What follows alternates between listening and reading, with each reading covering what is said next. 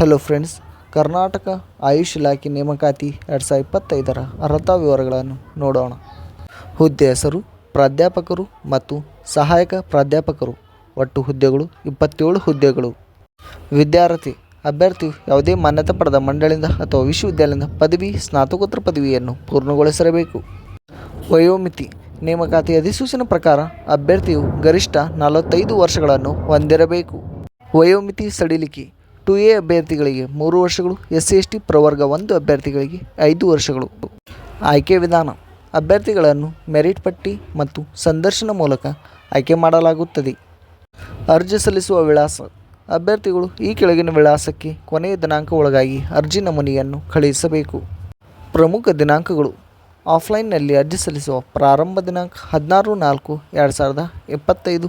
ಆಫ್ಲೈನ್ನಲ್ಲಿ ಅರ್ಜಿ ಸಲ್ಲಿಸುವ ಕೊನೆಯ ದಿನಾಂಕ 17/5/2025. ಹೀಗೆ ಹೆಚ್ಚಿನ ಉದ್ಯೋಗ ಮಾಹಿತಿಗಾಗಿ ನಮ್ಮ ಯೂಟ್ಯೂಬ್ ಚಾನಲ್ ಸಬ್ಸ್ಕ್ರೈಬ್ ಮಾಡಿ.